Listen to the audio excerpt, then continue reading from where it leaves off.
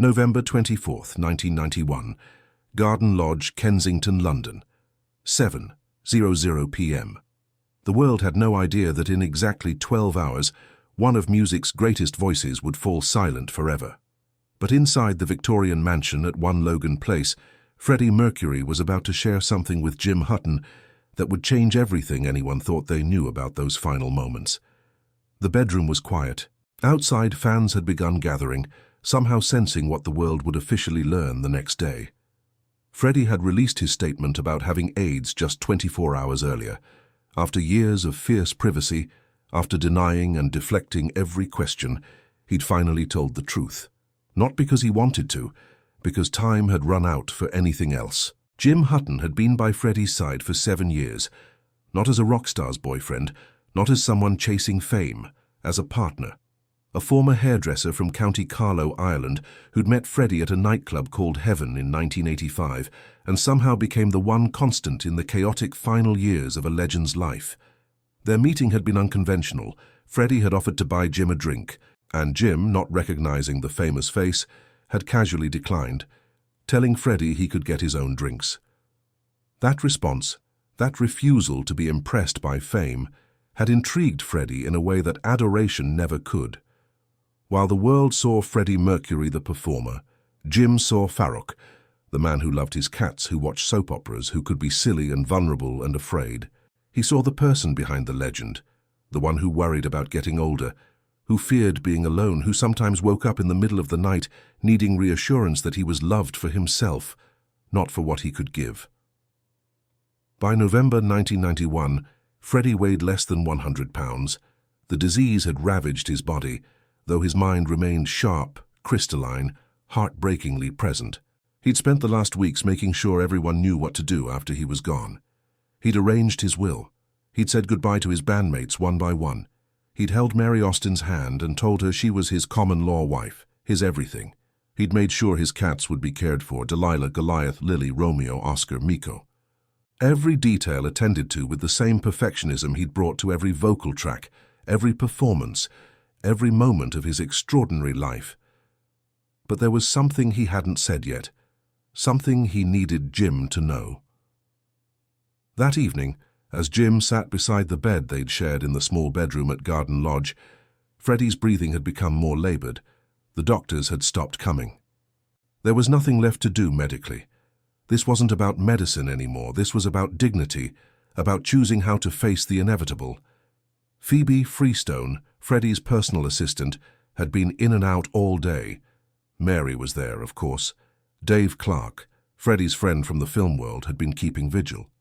Joe Finelli, the chef who'd fed Freddie when eating became nearly impossible, was downstairs. But as the evening deepened, it was just Jim and Freddie in that room. Around 8:30 p.m., Freddie opened his eyes. They were cloudy with pain medication, but there was something urgent in them, something that cut through the fog of morphine and exhaustion. "Jim?" he whispered. His voice was barely audible, the voice that had commanded stadiums, that had hit notes that seemed impossible, that had sung Bohemian Rhapsody and Somebody to Love and We Are the Champions, was now just breath and intention. Jim leaned in close. "I'm here, love. I'm right here." Freddie's hand moved slightly on the bed cover. Jim took it gently. The bones felt like bird bones, delicate and light, but Freddie's grip was surprisingly strong. "I need you to know something," Freddie said. Each word took effort. Each syllable was chosen carefully. "About why I never said it." Jim waited. He knew what Freddie meant. In 7 years together, through everything, through moving in together, through building a life, through laughter and arguments and ordinary beautiful days, Freddie had never said 3 specific words. Words that Jim had never demanded, never even asked for, because he'd understood somehow that Freddie showed love in different ways, in actions, in trust, in letting Jim see him without the mask. "I was afraid," Freddie continued. His eyes were wet, but whether from emotion or the disease, Jim couldn't tell. "My whole life I was afraid that if I said it out loud, if I let myself be that vulnerable, it would destroy me. Or worse, it would destroy whoever I said it to." Jim felt his own throat tightening. "Freddie, you don't have to—" "Yes, I do." Freddie's voice got slightly stronger, as if he was pulling from some reserve of will. I watched what happened to people who loved too openly. I saw how the world treated them. I saw how my family struggled with who I was. I learned early that safety meant secrets, that survival meant never being completely honest. He paused, breathing heavily. Jim wanted to tell him to rest, to save his strength, but he could see that this was important in a way that transcended physical comfort. So I built this fortress, Freddie said, this persona, Freddie Mercury, who could be outrageous and bold and seemingly fearless, who could wear a crown and command thousands, who could live large and love freely without ever really letting anyone in, not completely. A tear rolled down his cheek. Jim gently wiped it away. But you, Freddie whispered, you never asked me to be Freddie Mercury. You let me just be Farrokh.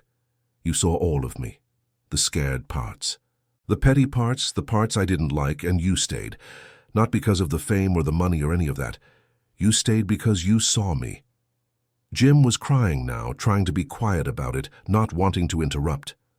And I've been so stupid, Freddie said, his voice breaking. So incredibly stupid, because I thought protecting you meant keeping a distance. I thought if I never said those words out loud, then somehow when this moment came it would hurt less, for both of us. But that's not how love works, is it? No, Jim managed to say, it's not. Freddie pulled Jim's hand to his chest, right over his heart. Jim could feel how fast it was beating, how hard it was working. I love you, Freddie said, clear, definite, no hesitation. I have loved you from the moment you told me to grow up when we first met. I have loved you through every single day we've had together, through the quiet mornings when you'd bring me tea and we'd sit in the garden with the cats, through the difficult days when I was impossible to be around, when the fear made me lash out, through the times I pushed you away because I was terrified of how much I needed you. And my biggest regret, the only thing I truly wish I could change, is that I didn't say it sooner, that I didn't say it every single day, that I wasted so much time being afraid of the very thing that made my life worth living. The words hung in the air, sacred, devastating, beautiful. I need you to know, Freddie continued, that this isn't a deathbed confession. This isn't me only being brave because I have nothing left to lose. This is me being honest about something I should have been honest about all along. And I need you to promise me something. Anything, Jim said. Don't let your fear stop you from saying it, Freddie told him, to whoever comes next in your life. Don't make my mistake. Don't waste years protecting yourself from the one thing that makes all of this worthwhile. Say it. Mean it. Live it out loud. Jim was sobbing now, not bothering to hide it. I promise, he said. I promise, Freddie. Good. Freddie smiled slightly. That same smile that had charmed millions, but this one was just for Jim. Private. Real. Now tell me something. Did you always know? Yes, Jim said honestly. I knew, but hearing it, it means everything. Freddie closed his eyes. I wish I'd had more time, to do this right, to be brave enough to love you the way you deserved. You did, Jim told him. You loved me the best way you knew how, and it was enough. It was always enough. They sat there in the quiet, hands clasped, breathing synchronized. The clock on the nightstand showed 9:15 p.m. Downstairs they could hear the soft murmur of voices, Mary and Phoebe probably, the people who formed the small circle of Freddie's chosen family, all of them dealing with the impossible reality that he was leaving them. Jim, Freddie said after a while, his voice was getting weaker again, when it happens, I don't want you to be there. Jim started to protest, but Freddie squeezed his hand. Please, Freddie said, I don't want your last memory of me to be that. I want it to be this moment, us talking, me finally saying what I should have said years ago. Can you give me that? Jim wanted to argue. Everything in him wanted to be there at the very end. But he understood.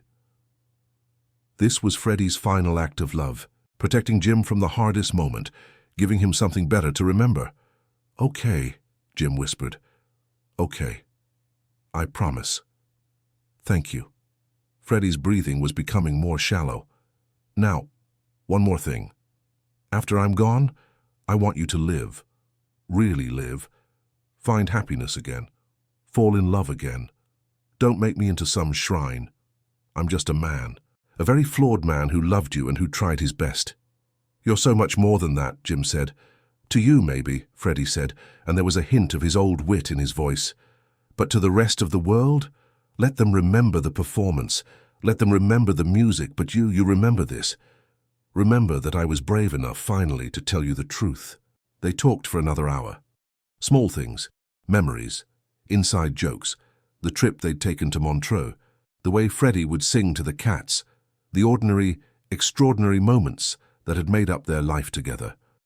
Around 10:30 p.m., Freddie drifted off to sleep, his hand still holding Jim's.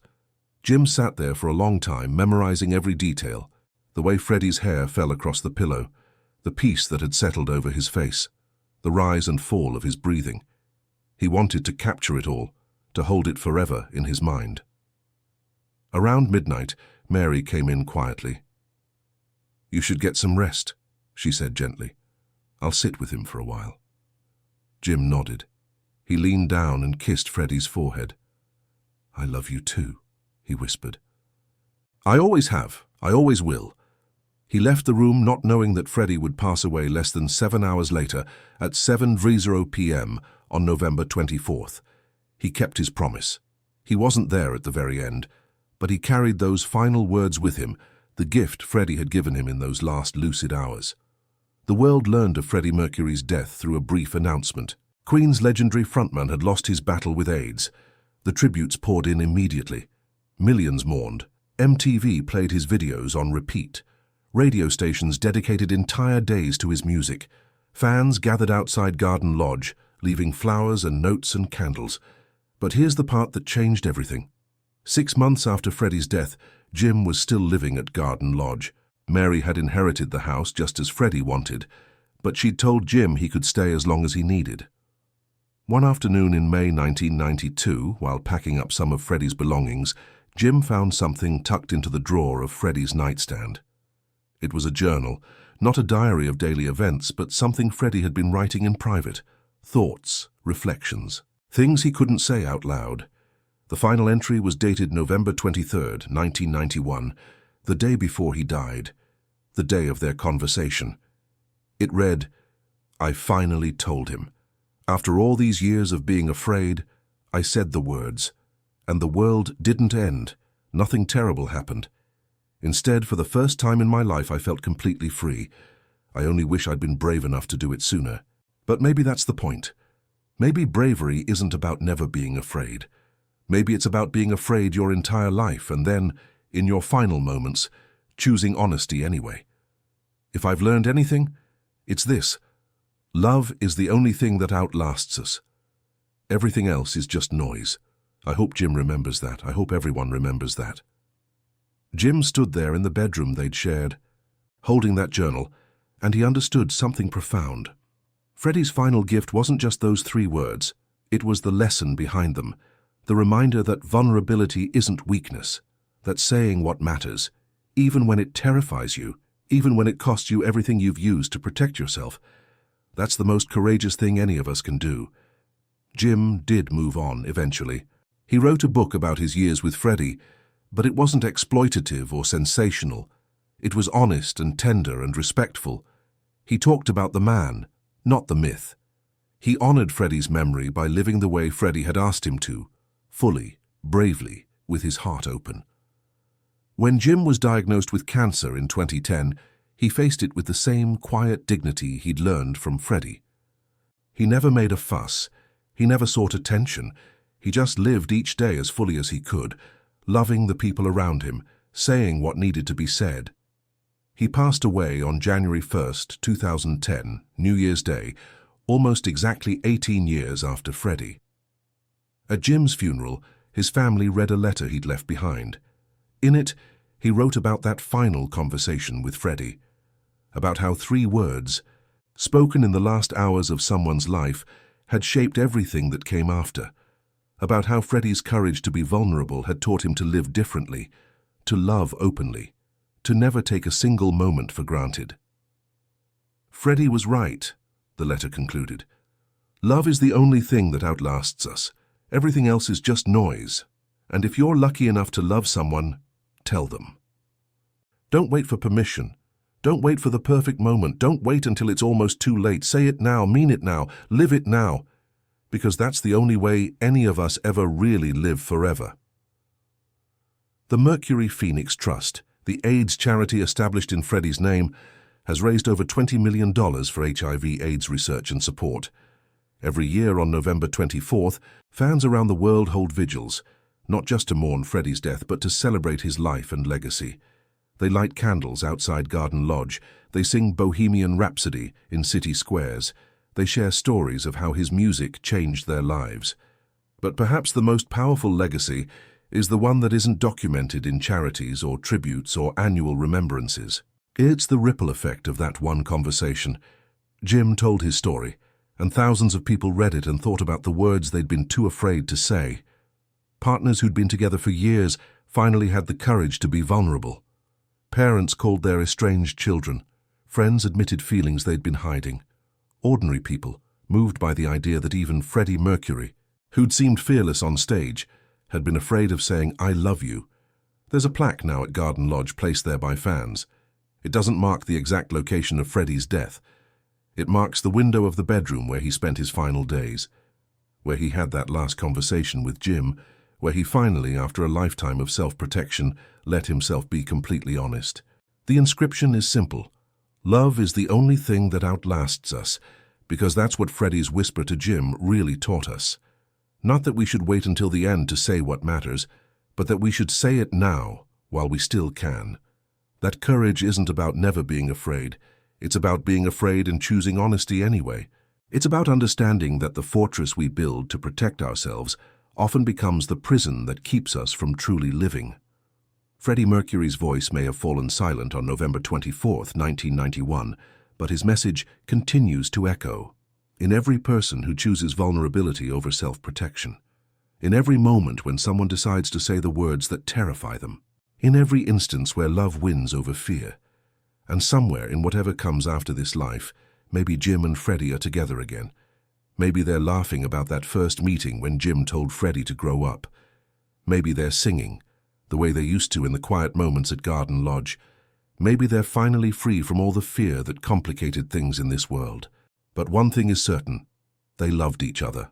Freddie found the courage to say it. Jim found the courage to live by it. And in doing so, they left us all a roadmap for how to be brave in our own lives. If this story of Freddie's final act of courage and love moved you, make sure to subscribe and hit that thumbs up button. Share this video with someone who needs to hear about the power of vulnerability and saying what matters most. Have you ever struggled to express your true feelings to someone you love? Let us know in the comments. And don't forget to ring that notification bell for more incredible true stories about the hearts behind music's greatest legends.